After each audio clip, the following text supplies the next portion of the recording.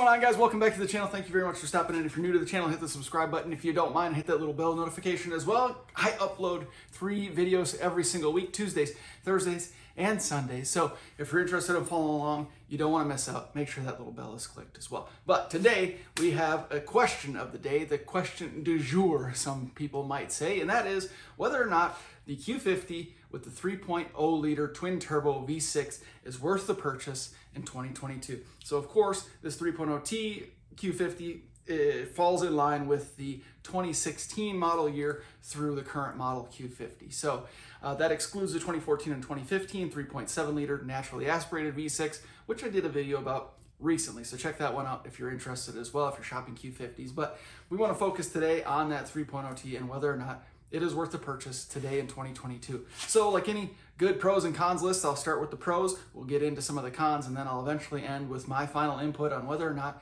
that is a good purchase for you to make these days. So hopefully this video helps you determine whether or not you want to purchase a 3.0T or to give you a little bit of affirmation if you just recently purchased a 3.0T, or whether or not that was a good decision for you to make. So let's get right into it. Just hot as balls in here. Okay, so starting with the pros, what do we got? It's still a Q50, right? Exterior styling is really nice. I think it has classic, timeless body lines. It's a beautiful shape, aggressive, long nose, kind of a short, stubby rear end, but sort of gives it that kind of sleek vibe. It looks fast sitting still. Okay, I might be exaggerating a little bit. A couple of different trim levels. Sport, you get a sport bumper. Now, the bumpers have changed a little bit. The front fascia has changed a little bit as the car evolved. But in general, the overall look of the vehicle is very, very similar from 2016 on to current. 2016 and 17 has a sport bumper that is very reminiscent, if not exactly the same as the 2014 and 2015 sport bumper. So there again, a couple of different variations, a couple of different options to choose from. Updated, more modern front end look as we get into the later model Q50s. Interior, again, sleek, classic, timeless design. We'll talk about it a little bit more when we get into the cons. But overall, it's a really good looking car. Factory wheels are decent looking. And it's just sharp. We talk a little bit about performance. Now, if you're just looking for a nice sort of sport, luxury inspired sedan, the Q50 checks a lot of boxes. It's going to ride nice. It has nice soft suspension. It's going to feel good on the road.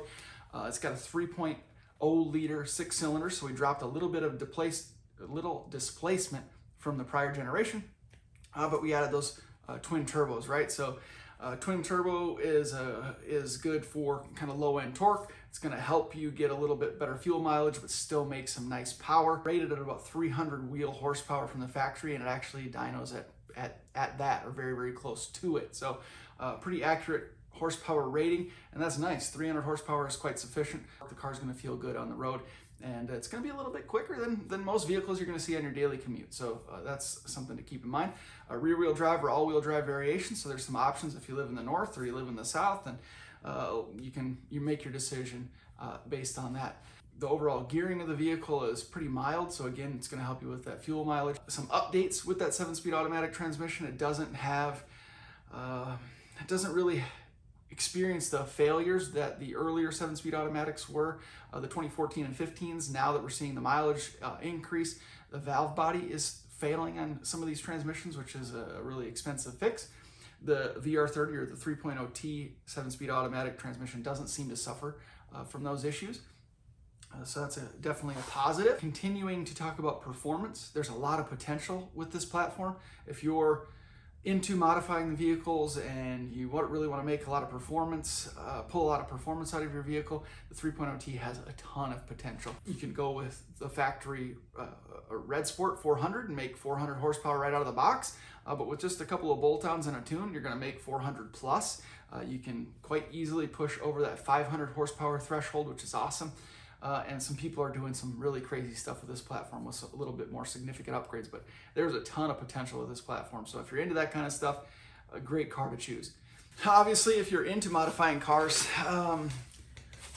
maintenance and reliability, that becomes all relative, really. But in general, the 3.0T is a pretty solid platform. It's going to be relatively reliable for you as long as you keep up with the maintenance and take care of it. But that's just like anything else, right? But obviously, as you start pushing the limits of the vehicle and you start modifying and adding parts to it and changing things up, there's always a risk of failure. So just keep that in mind. Speaking of parts and things like that, aftermarket support is quite substantial and it continues to grow as more and more people get into modifying these vehicles.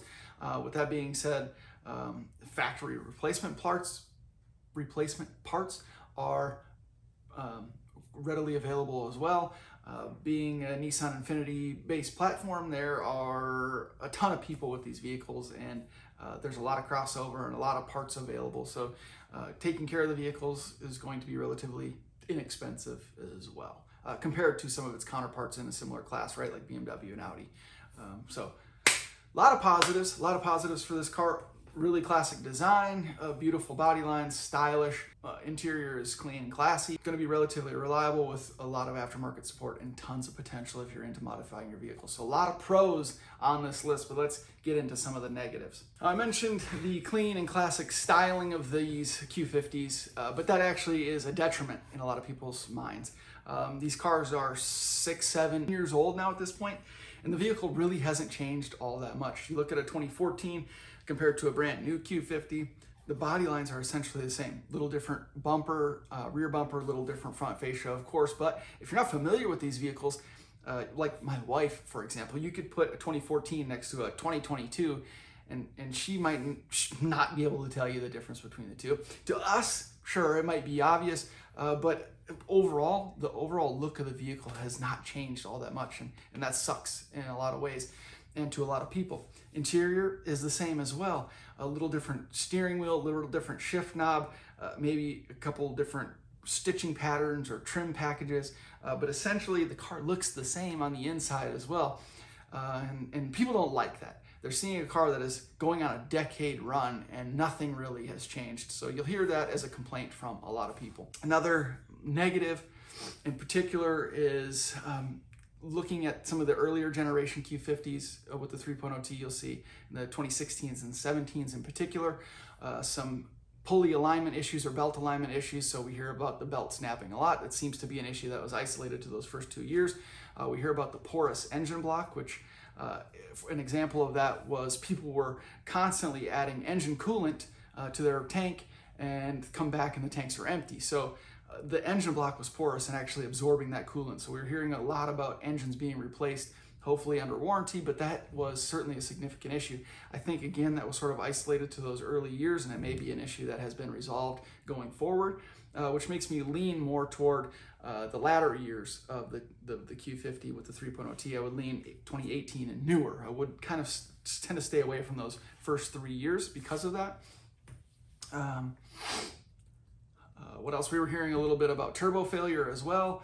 That seems to be more prevalent when you're modifying these vehicles, but it's just something to keep in mind as well. So some pretty spendy issues, particularly with those earlier models. People complain about the tech package and things like that. That's not something that really bothers me all that much. Obviously, when you're comparing yourself to a BMW or an Audi or even Volvo, probably Mercedes, the Q50 seems to be lacking in that regard, but it's lacking in a lot of ways. You know, not using real leather, using relatively cheap materials on the internal interior panels, no LSD, no dual clutch transmission. There's just a lot of things to be in this class that these cars kind of need, and they just didn't have it. So there's a lot of things that I wish they would have done with the Q50 that they haven't over the years, especially when you add a twin turbo and potential to really increase its performance.